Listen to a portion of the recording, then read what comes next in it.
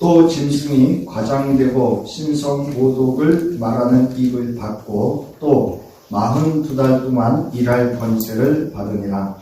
짐승이 입을 벌려 하나님을 향하여 비방하되 그의 이름과 그의 장막 곧 하늘에 사는 자들을 비방하더라.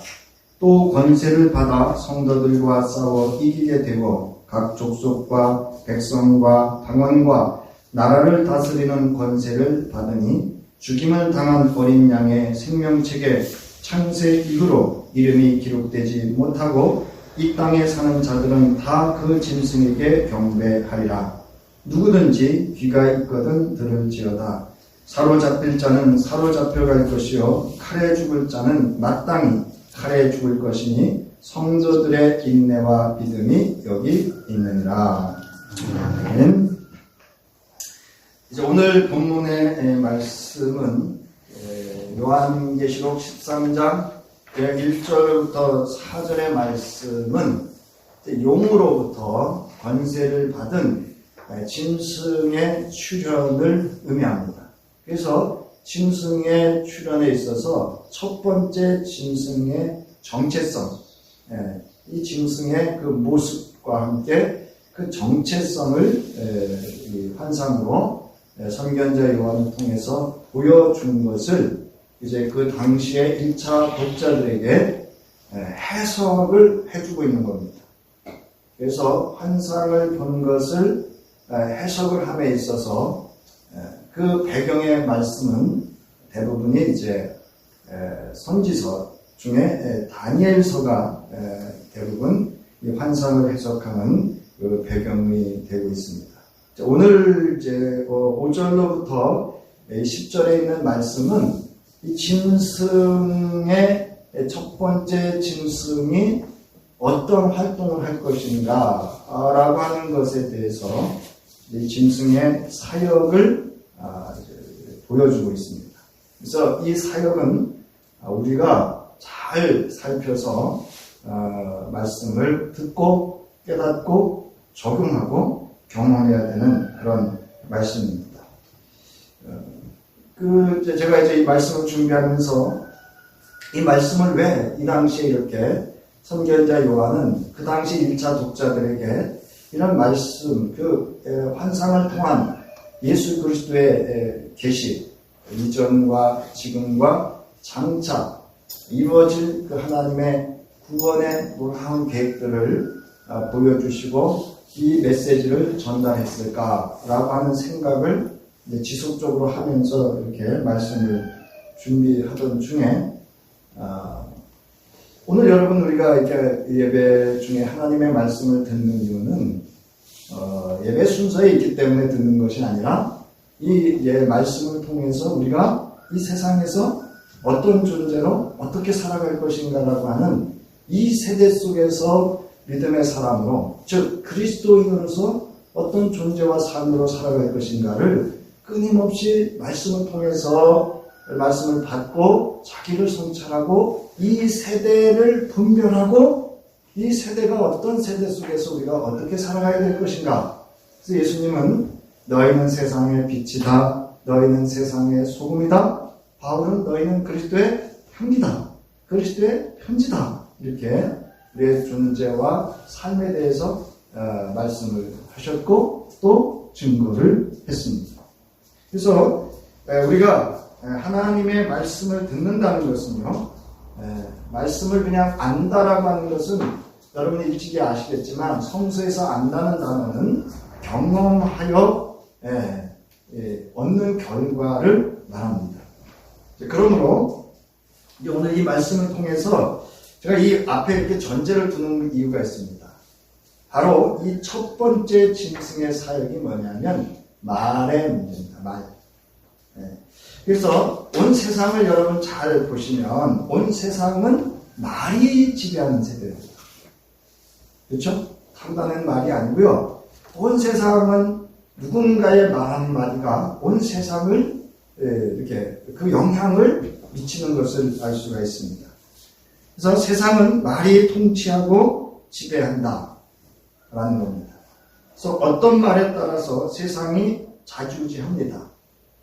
이 말 한마디에 우리 인간관계가 어떻게 되죠? 좋아질 수도 있고, 갈등과 분쟁과 파멸을 경험할 수도 있습니다.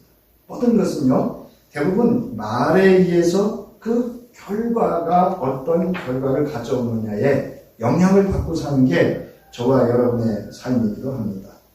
여러분 아시다시피 미국 또는 중국이든 어느 나라의 지도자가 말 한마디를 공식적으로 선포했을 때, 천명이라 그러죠.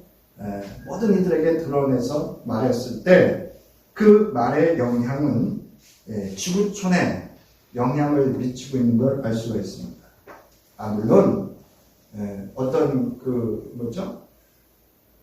산에서 사는 사람들은 뭐라 그래요? 갑자기 생각이 안 나요. 자연인. 어떤 자연인은 자기는 뉴스도 안 듣고 신문도 안 보고 세상과 모두 단절하고 산다. 그런 사람에게는 물론 아무런 영향이 없을 수도 없겠지만 시간이 지나면 보이지 않는 제도라든가 그 속에서 영향이 미쳐지게 되는 걸 알 수가 있습니다. 여러분 요즘 아프가니스탄 사건이라든가 여러 사건 속에서 말의 영향이 얼마나 큰지를 알 수가 있고 우리가 알다시피 아프가니스탄에서 한국을 도왔던 그들에게 있어서 영사관인가 대사관이 아프가니스탄 우리 한국 정부를 이렇게 도와주었던 그들에게 부둥켜 안고 말로 약속을 했잖아요. 그 말의 약속을 지켰기 때문에 큰 감동을 준 이야기도 우리가 듣기도 합니다. 자, 그런가 하면 우리나라는 무엇보다도 북한의 지도자, 독재자가 한마디 하면 영향받죠? 이처럼 말이라고 하는 것은 누구가 하든 간에 그 말이 소멸되고 사라질 수도 있지만 누군가에게는 영원히 그 말이 살아서 영향을 미칠 수도 있습니다. 자, 최근 우리나라 국회에서 여야간뿐만 아니라 사회적으로도 큰 이슈가 되고 있는 것이 하나 있죠. 언론중재법 해서 여러 가지 지금 갑론을박이 이루어지고 있습니다. 그 내용이 어떠하든지 간에 어떻게 하든 언론, 즉 말이나 글에 대해서 제한과 제약을 두어서 언론의 공정성을 말하고 있지만 그 내면에는 언론을 통제하겠다는 또 통제하려고 하는 의도가 담겨져 있지 않겠느냐라고 하는 것이 요즘 또 우리 이 사회의 화두이기도 하고 많은 관심을 갖고 있습니다. 왜냐하면 언론이 어떤 제약과 통제를 당하기 시작을 하면 거기에는 우리가 말하는 많은 일들이 일어나기 때문에 그렇습니다. 자, 세계이든 국가이든 사회이든 직장이든 가정이든 개인이든 말의 영향과 그 안에서 살아가고 있습니다. 우리는 어떻게 하든지 말을 하죠? 네? 요즘은 또 여러분 뉴스 보시면 아시겠지만 수어로 하잖아요. 수어. 청각장애인들을 위해서 참 부럽다는 것보다도 모든 교회가 그렇게 되어야 된다고 생각을 하는데요. 분당 우리 교회라고 하는 교회는 목사님이 설교할 때 그 수어로 통역을 하더라고요. 그래서 바람직한 것이고 좀 아쉽다고 한다면 모든 교회가 이렇게 수어를 좀 해서 말씀을 전하는 일에 제약이 없었으면 좋겠다라는 생각도 가져봤습니다. 자, 말의 힘과 영향력은 매우 크고 오래가고 지속될 수 있으며 한 국가나 공동체 또는 개인의 흥망성쇠와 운명을 가를 수 있는 게 말입니다. 맞죠? 이 말이라고 하는 것은 참 어떤 우리에게 어떤 한 사람의 운명, 한 공동체나 한 국가의 운명을 가름할 수 있는 것이 말의 영향력이라고 하는 것을 알 수가 있습니다. 이게 바로 여기 오늘 본문에서 말하는 권세라고 하는 단어입니다. 권세. 말의 권세라는 거죠. 자, 그래서 오늘은 5절부터 6절의 말씀을 제가 계획에는 10절까지 오늘 말씀을 마치려고 어제 저녁 늦은 시간까지 10절까지 말씀을 다 준비를 했습니다. 오늘 아침에 말씀을 준비하면서 다시 이렇게 말씀을 준비하면서 5절, 6절을 좀 중요시 좀 다뤄야 되겠다. 왜냐하면 모든 것이 말로 시작해서 말로 끝나고 그 영향은 크기 때문에 이 세대를 분별하는 데 있어서 우리가 짐승의 사역 중에 첫 번째 그가 한 사역인 말에 관해서 좀 살펴볼 필요가 있다 싶어서 진도도 중요하지만 내용을 차근차근히 좀 살펴봐야 되겠다 이런 생각이 들어서 5절로부터 6절의 말씀을 오늘 나누도록 하겠습니다. 자, 또 짐승이 큰 말과 참남된 말하는 입을 받고 또 42달 일할 권세를 받으니라. 이렇게 5절은 선견자 요한이 본 환상을 설명, 해석을 하고 있습니다. 자, 짐승이 받은 권세는요, 그의 말로서 표현됩니다. 자, 여기서 말이라고 하는 것은요, 그 단어가 나오죠? 랄레오라고 하는 헬러인데, 랄로스, 말 많음에서 유래했으며, 말하다, 이야기하다를 의미합니다. 이 말하다라고 하는 것은요, 일방적이지 않습니다. 자, 혼자 화장실에서 독백을 해도요, 그 대화는 일방적이지 않습니다. 누군가 어떤 말이 입에서 출발하는 순간 그 말은 상대성과 결과를 가져오는 것이 이제 말입니다. 그래서 여기 말하다라고 하는 것은 또 이야기하다라고 하는 것은 주고받음의 그 말의 영향, 그 권세, 힘을, 영향력을 함께 함축하고 있는, 담고 있는 그런 의미입니다. 자, 첫째 짐승은 큰 말과 참남된 말을 하는 입을 허락받았습니다. 자, 큰 말이란 뭐 나오죠? 교만한 말로 하나님을 거슬러 과정스럽게 말하는 대적자에 대한 언급이다. 자, 이 표현은 이스라엘을 압제하는 통치자들의 입으로 엄청난 것을 말하는 것으로 속임수를 강조하고 있는 표현이다라는 겁니다. 그래서 여기 속임수라는 그 단어는요, 다른 것보다 뭐 아시죠? 속인다는 거. 참을 거짓으로 속여서 거짓을 얻어내고자 하는 그러한 말을 의미합니다. 자, 선견자 요한은 이것이 로마와 로마의 후계자들을 예언한 것으로 이렇게 보았다는 겁니다. 그래서 다니엘서 7장 8절부터 11절, 20절의 말씀이 이제 성취되어짐을 다니엘은 환상을 통해서 보여주신 것을 이 1차 독자들에게 지금 전하고 있는 겁니다. 그래서 다니엘서 7장 8절에 보면 뿔의 이야기도 나오고요. 그 이제 후반부에 보면 이 작은 뿔에는 사람의 눈 같은 눈들이 있고 또 입에 있어 큰 말을 하였더라. 자, 큰 말은 크다는 단어는 어디에다 썼죠? 하나님께 적용했던 말씀 표현이었죠. 하늘에 적용됐던 표현인데 큰이라고 하는 것은 한 사람의 인간의 능력과 한계를 넘어선 그런 그 말을 의미합니다. 따라서 이 말은 곧 인간과 모든 사람에게 어떤 그 권세, 그것을 통치하고 다스릴 수 있는 그런 능력을 가지고 있음도 함께 표현하는 겁니다. 자, 여기 이제 다니엘서 7장 8절에 큰이라고 하는 단어는요, 거기 나와 있듯이 위대하고 거대하다.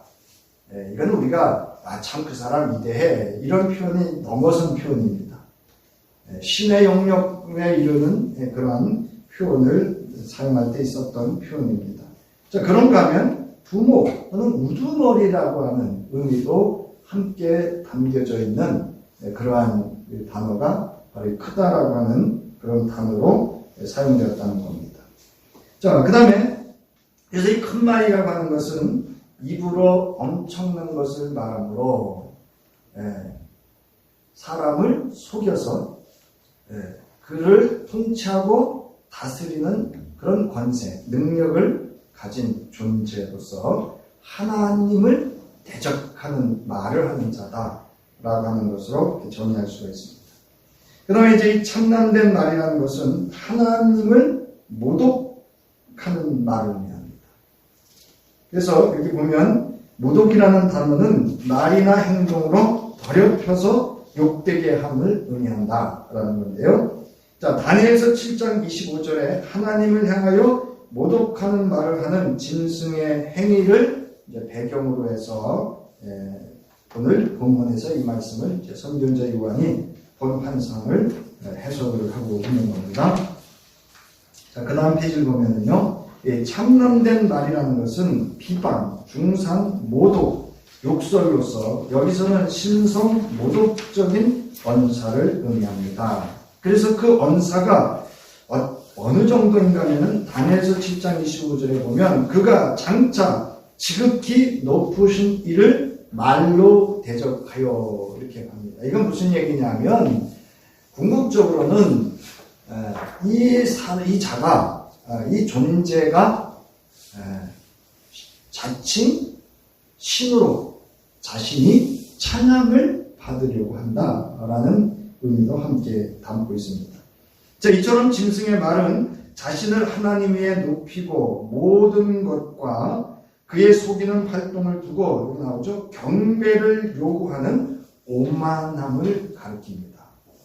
쉽게 얘기해서 하나님의 보좌에 이자가 앉는 거예요. 그러니까 그 보좌에 앉는다는 게 아니고요. 그 보좌와 같은 모방을 통해서 자신이 하나님처럼 경배, 찬양과 경배를 받는 존재로서의 말의 영향을 드러내므로 하나님의 그 신성하심을, 거룩하심을 모독하는 행위를 말합니다. 그래서 여기 오만하다는 단어는요, 여기 나오죠? 주제넘는, 그러니까 우리가 이제 앉을 자리, 설 자리 뭐 이런 표현 하잖아요. 그래서 앉을 자리에 앉아야 되죠. 이 앉아서는 안 될 자리에 앉는 것을 우리가 이제 오만하다 이렇게 표현할 수가 있는데요. 자, 시편 94편 4절과 잠언서 21장 24절에 보면 거기 오만하다는 단어가 또 오만한 자 또는 망령된 자라는 단어가 나옵니다. 네, 사실은 그 오만하다 또는 망령되다라는 단어가 병행구라 그러죠. 같은 의미를 가지고 있습니다. 그래서 여기 보면 오만하다라고 하는 것은 하나님의 이름을, 하나님의 존재하심을 하나님의 이름과 존재에 합당하게 대하지 않는 것을 말합니다. 이 경멸하는 거죠. 그 다음에 이제 모욕하고 조롱하는 행위가 됩니다.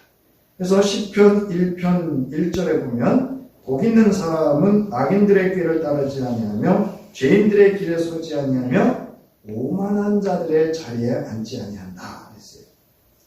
하나님을 모독하고 경멸하는 자리에 앉지 아니한다 하는 겁니다. 자, 따라서 짐승의 속임의 영향은요, 우리가 이제 앞서서 공부했던 3절에 나오는 여기 나오죠. 온 땅이 놀랍게 여겨 짐승을 따른다라고 하는 것에서 이미 그것이 암시가 되었고 이것이 이제 확장돼가는 그런 것을 볼 수가 있습니다. 자, 더욱이 이 짐승의 말은 신성 모독적입니다. 그의 말을 신성 모독이라고 칭하는 것은 속임 사상을 한층 더 강화하고 있습니다. 그러니까 여러분, 예수님이 십자가에 달리실 때 죄명이 뭐죠? 우리는 매일 나 같은 죄인이 나를 위해서 그 죄명이 뭔지 아세요? 유대인들과 그들 서기관과 바리새인과 왕과 모든 그 공회와 또 유대인들이 예수님의 죄명을 첫 번째가 신성모독죄입니다. 그리고 두 번째가 자칭 유대인의 왕이라고 하는. 그래서 신성모독은 뭐냐? 예수가 신이 자기를 뭐라 했어요? 인자 또는 하나님의 아들 또는 그리스도라고 했기 때문에 하나님의 이름을 모독했다고 해서 신성모독죄로 예수를 십자가에 답니다. 이거를 여러분이 기억을 하시고 이 말씀을 보셔야 돼요. 왜냐하면 지금 사탄이 이 흉내를 내고 모방을 하면서 이들이 마치 이 땅에 그리스도처럼 그 영향을 발휘하고 있기 때문에 그렇습니다. 자, 신성모독에는 참되신 하나님의 이름을 비방하거나 훼손하는 것이 포함됩니다. 다니엘서 7장과 11장에 보면 자기 주장만 아니라 속임도 강조하고 있습니다. 그래서 이 다니엘서에 보면 이 속임수라고 하는 말, 부드러운 말, 여러분 창세기 3장에 보면 아담과 하와에게 했던 그 사탄의 행위를 보면 얼마나 부드러운 말이었어요. 그러나 거기에는 뭐가 있었어요? 속임이 있었다는 거죠. 그래서 이 속임수라고 하는 말은 매끄럽고 유창한 그런 의미를 가지고 있습니다. 자, 그래서 이는 나오죠. 어떤 사람이 나라를 얻기 위해 유혹하는 말인 감언, 남의 비위에 듣기 좋은 달콤한 말, 교원, 교묘하게 꾸며대는 말, 교활, 간사하고 꾀감하는 약속을 의미한다라는 겁니다. 그러니까 이 짐승의 이 큰 말과 첨단된 말은 짐승이 그 용이라고 하는 그 배후에 그 사탄이 이루고자 하는 나라를 얻기 위해서 하는 모든 말들을 의미하는 겁니다. 자, 그래서 이 다니엘서 11장 36절부터 37절의 말씀을 보면요. 함께 읽을까요?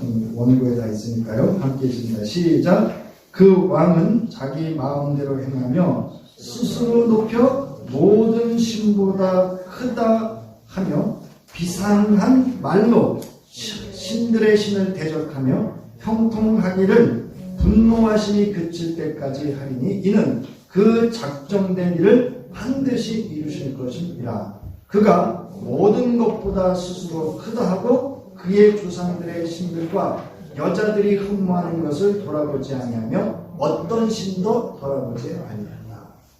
자기가 신이 된 거죠. 그러니까 이 용의 권세, 짐승의 첫 번째 사역의 이 말의 권세는요, 이런 권세를 가지고 있습니다. 그래서 여러분, 우리가 요즘 말하는 이단자들, 이단의 교주를 따르는데 우리는 이해가 안 되잖아요? 어떻게 저럴 수 있을까? 근데 이게 그 말의 권세라고. 이처럼 이들은 짐승의 그 말의 권세는요, 이러한 아주 탁월하고 위대하고 큰 영향력을 가지고 있다라고 하는 겁니다. 자, 결국 짐승은 용의 의지를 수행하여 교회를 속임수로 떠나려가게 할 것이다 라는 거죠. 그러니까 이 당시에 독자들이 이 말씀을 받을 때는 그리스도인들과 그 공동체를 뭐로 무너뜨린다는 거예요? 말의 권세로 무너뜨린다. 그래서 이 말의 권세자가 누구냐? 궁극적으로는 로마의 통치자들을 암묵적으로 지금 상징적으로 표현을 하고 있고, 이 당시의 독자들로 하여금 이를 분별하고 경계하고, 그리고 누구의 말을 들어야 할 것인가를 더욱더 강하게 메시지를 전달하고 있다는 겁니다. 요즘도 마찬가지입니다, 여러분. 저나 여러분이나 하나님의 말씀은요, 뭐 한 주만 안 듣고 한 달만 안 듣고 아무것도 안 해보세요. 뭐 세상처럼 살아가는 거 한순간에 우리도 얼마든지 무너질 수 있습니다. 왜? 그만큼 오늘 이 시대의 세상의 말들이 얼마나 권세가 있습니까? 자, 또 42달 일할 권세를 받았다 했습니다. 이것은 그 짐승들이 얼마 동안 짐승이 할 것인가를 말하고 있는데요. 여기 아주 중요한 것은 이 기간이 정해졌다라고 하는 겁니다. 그래서 이 기간을 그럼 누가 정해졌느냐는 거죠. 그것은 여기 받다라고 하는 단어에서 나오는데요. 이 받다라는 그 단어가 디돔이라고 하는 단어인데 여기서는 신적 수동태입니다. 그러니까 이 주는 사람의 주권적인 의도로 주어지는 거예요. 그러니까 이건 받는 사람은 수동적인 거예요. 내가 선택하는 게 아니라 그 주는 이로부터의 그 준 것을 그냥 받는 입장입니다. 근데 그 기간은 우리가 이제 요한계시록의 전체적인 문맥에서 볼 때는 이 주고 있음은 하나님이 정한 기간이라고 하는 것을 알 수가 있습니다. 그러니까 이 당시에 성도들에게 얼마나 큰 위로가 됐고 그 환난과 박해 속에서도 그들이 소망을 가질 수 있었던 것은 바로 하나님의 주권적인 그 속에서 그 기간이 정해져 있었다라고 하는 것입니다.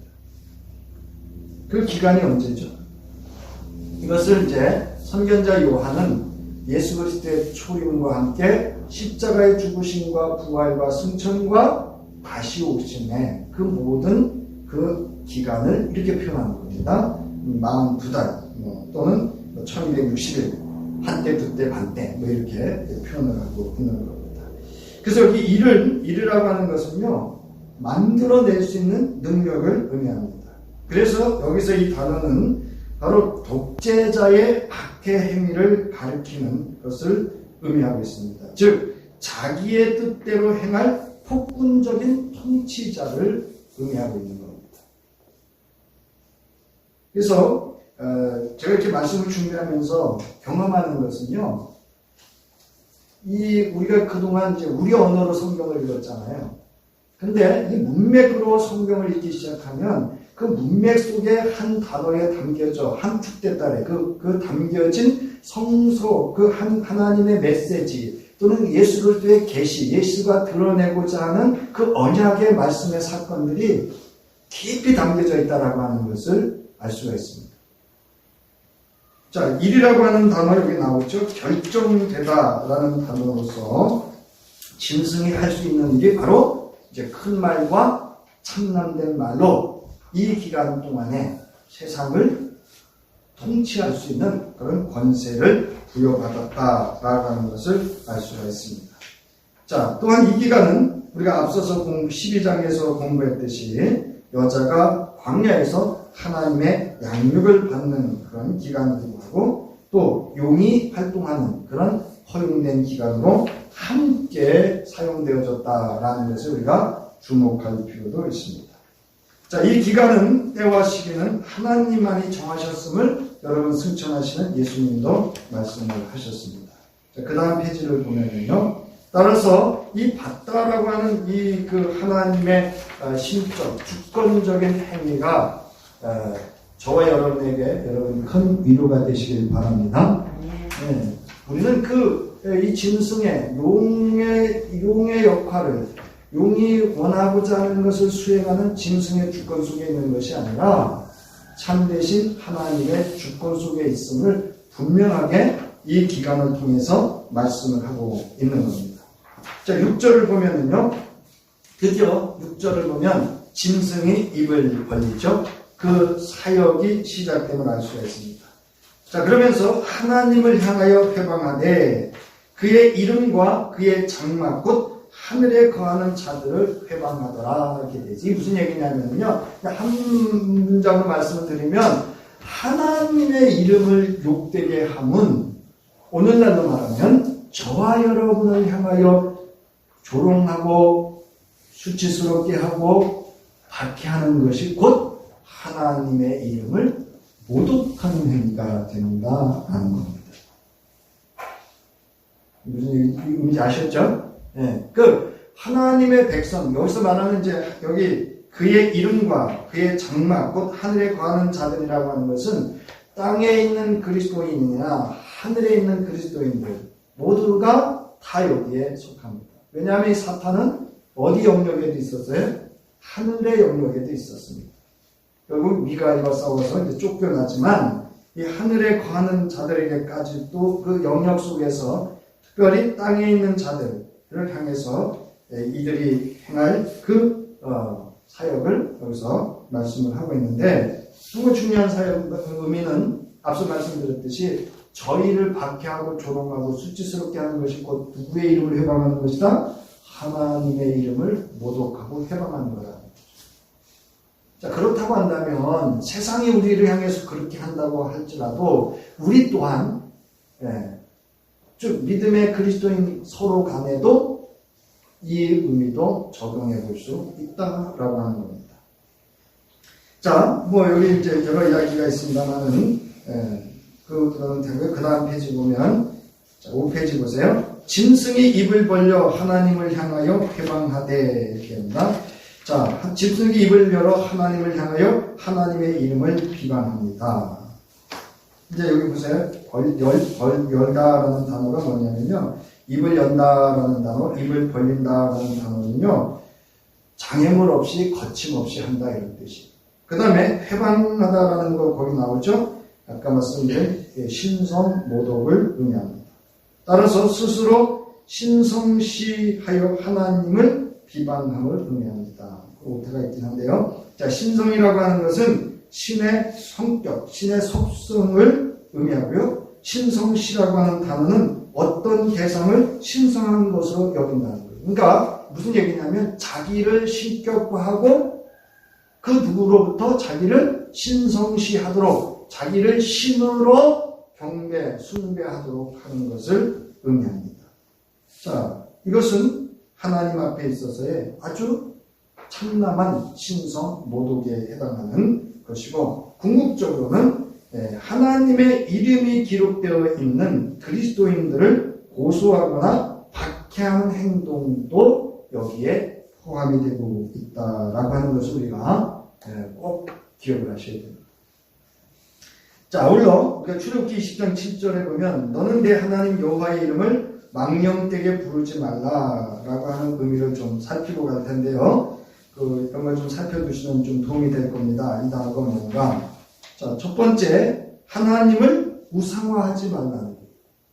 이해가 잘 안 되시죠? 저와 여러분에게는 이게 이해가 안 되지만, 이게 뭐냐면, 그 당시에 다른 신들이 있단 말이에요. 그 신들처럼 그런 신으로 여기지 말라. 이런 얘기예요. 왜죠? 여러분, 살아계신 신은 누구밖에 없어요? 하나님 한 분밖에 없습니다. 그 의미입니다. 다른 건 다 뭐죠? 거짓과 헛됨을 의미하기 때문에 그렇습니다. 자, 그 다음에 두 번째, 하나님의 이름, 즉 신성 모독하는 거짓 맹세, 가볍고 경솔하게 기계적으로 하나님을 부르지 말라는 의미를 같이 가지고 있는 단어입니다. 망령되이라는 단어가. 그 다음에 마태복음 12장 31절부터 32절에 보면 성령을 모독하고 또 누구든지 말로 인자를 거역하면 이렇게 나와 있거든요. 그 거역이라는 단어도 모독이라는 단어입니다. 이거 우리 요즘 많이 하는 거죠, 결국은. 예수 그리스도의 말씀을 우리가 거역한다, 모독한다. 그래서 여기 모독한다라는 것은 여기 보세요. 하나님에 대한 모독, 회방을 나타낸다. 비방과 조롱, 수치스럽게 하는 것을 의미합니다. 네. 자, 이제 그를 회방한다라는 것은, 자, 여기 그의 이름은 뭐죠? 우리 이마에 누구의 이름이 새겨 있죠? 네? 오늘 가서 거울 보세요. 우리 이마에 누구의 이름표를 새겼다 그랬어요? 예수님이. 네? 예수의 이름을 새겼다 그랬잖아요. 여러분, 이름표가 새겨졌다라는 표는, 그리고 불신자들은 뭐가 새겼다고요? 짐승의 표, 이제 나옵니다. 밑에 13장 18절 보세요. 지혜가 여기 있으니 총명한 자는 그 짐승의 수를 세어봐라. 그것은 사람의 수니 그의 수는 660이라. 여기 이마에 표를 뒀다는 건요, 소유권이 그에게 있다는 거예요. 누구한테? 이마에 표를 찍은 자의 존재에게 있다는 겁니다. 우리의 이름에는 이마에는 예수 그리스도 예수의 이름이 새겨져 있는 줄 믿으시기 바랍니다. 네, 그 바로 그 이름이에요. 우리 예수의 이름이 있다는 건 예수의 소유이고 예수의 존재를 드러내는 증명하는 그리스도인이라는 것을 의미합니다. 그래서 그러면 그의 장막, 이거 뭡니까? 장막이라고 하는 건 거주한다는 거죠. 성령이 거주하시고 내주하시는 성령이 내주하시고 아멘. 예. 아멘 하셔야 돼요. 그 다음에 예수, 우리가 누구 안에 있죠? 예수 안에 있잖아요. 이게 다 거주한다는 의미예요. 장막이라고 하는 그 의미를 가지고 있습니다. 그래서 요한복음 1장 14절에도 말씀이 육신이 되어 우리 어디에 계신다고요? 한가운데 뭐 하시고요? 거하신다 할 때 거하신다는 단어가 바로 이 장막이라는 거예요. 장막을 쳤다, 치다 이런 뜻이에요. 이건 뭐냐? 거룩한 존재로 함께 산다 이런 의미입니다. 아멘? 아멘. 네. 그러니까 여러분, 제가 이 말씀을 준비하면서 나를, 이런 존재임에도 불구하고 나를 너무 가볍고 겸손하게 여기고 있는 건 아닌가? 물론 그렇다고 해서 나를 신격화하거나 뭐 이렇게 해서는 안 되겠지만 저와 여러분이 이러한 존재인 것은 분명합니다. 아멘? 이거를 알고 경험하고 이것을 누리고 살아갈 수 있는 것, 그것이 믿음입니다. 아멘? 그게 믿음입니다. 자, 이제 마지막 7절인데요. 그래서 하늘에 거하는 자들이라고 하는 것은 하늘에 거하는 그의 택함을 받은 자로서, 여기서 장막을 치더라고 하는 것은 하늘에 장막을 쳤다는 얘기는 이 땅에 있는 믿음의 성도들이 뭐라는 얘기예요? 하늘의 영역 속에 있음을 의미합니다. 여러분, 우리가 땅에 발붙이고 살지만 우리는 누구의 나라와 통치 속에 있어요? 누구의 말의 영역 속에 있죠? 하나님의 말씀의 영역 속에 있습니다. 하나님의 나라라고 하는 그 영역 속에, 하늘의 영역 속에 존재하고 있음을 믿으시기 바랍니다. 자, 그래서 하늘에 거하는 자들을 회방한다는 것은 은유적인 표현으로 하나님의 백성에 대한 비방을 언급하는 것이라 할 수 있습니다. 그러니까 이 당시에 독자들은 이걸 아는 거예요. 아, 저들이 우리를 이렇게 비방하는 것은 짐승의 사역으로서 우리에게 무엇이 있기 때문에 예수의 이름과 예수가 함께 하시는 그 장막, 하늘에 속해 있는 이런 백성이기 때문에 우리를 향하여 비방하고 있음을 분별할 수 있었다는 거죠. 그러면 여러분, 그것을 알면 상대가 나를 그렇게 비방하고 조롱하고 수치스럽게 한다고 해서 분노할 수 있을까요? 능히 이길 수 있죠. 바로 이러한 그 메시지로 이 당시에 독자들로 하여금 따라서 이 하늘의 시민으로서 이런 것을 분별하고 오히려 하나님의 말씀에 더더욱 귀를 기울이고 믿음과 인내로 살아갈 것을 이제 10절에서 보면, 이제 9절과 10절에 보면 이것을 이제 권면하고 있고 우리에게 말씀을 하고 있는 겁니다. 자, 그래서 여러분 이제 8페이지를 보면은요, 말씀 이제 네 구절의 말씀을 제가 올려놨는데요. 로마서 12장 1절부터 2절에 보면 여기 다른 것보다도 2절에 너희는 이 세대를 뭐 하지 말라며? 본받지 말라. 근데 우리는 이거 하잖아요. 우리 세상 속에 살아가야 되기 때문에. 그러나 이것을 우리는 분별할 수 있어야 됩니다. 오직 마음을 늘 새롭게 해야 돼요. 여러분, 마음을 새롭게 할 수 있는 건 뭐밖에 없죠? 자, 너에게 새 영을 부어주리니 너희 마음이 어떻게 되더라? 부드럽게 되더라. 새롭게 되더라. 늘 우리는 성령의 의지함, 성령의 임재하심을 경험할 수 있어야 됩니다. 그럼 이 임재하심을 경험하는 방법은 뭐죠? 말씀과 기도와 믿음과 감사와 찬양과 예배와 이런 것들을 경험할 수가 있습니다. 자, 그래서 하나님의 선하시고 기뻐하시고 온전한 뜻이 무엇인지를 분별하도록 하다. 이게 초기 교회의 바로 성도들을 향한 그런 권면이었다. 이 시대를 살아가는 성도들을 향한 메시지였다라는 겁니다. 그리고 잠언서 15장과 잠언서 12장에는 지혜로운 말할 것을 이제 권면을 하고 있죠. 그래서 여러분, 잠언서의 지혜는요, 말씀입니다. 여기 보면 잠언서 15장 1절, 지혜 있는 자라고 하는 것은요, 하나님의 말씀을 가진 자, 하나님의 말씀을 지키는 자, 이런 뜻입니다. 이게 잠언서의 지혜의 의미입니다. 무슨 얘기인지 아셨죠? 그 다음에 잠언서 12장에 나오죠. 말의 그 영향력이 어떤 것인가를 말씀을 하고 있습니다. 자, 그 다음에 고린도전서 13장 1절로부터 8절에 보면은요, 사람의 방언과 천사의 말을 할지라도, 그 다음에 4절 시기, 자랑, 교만, 무례, 썩내지, 이게 다 말과 관련되어 있는 거죠.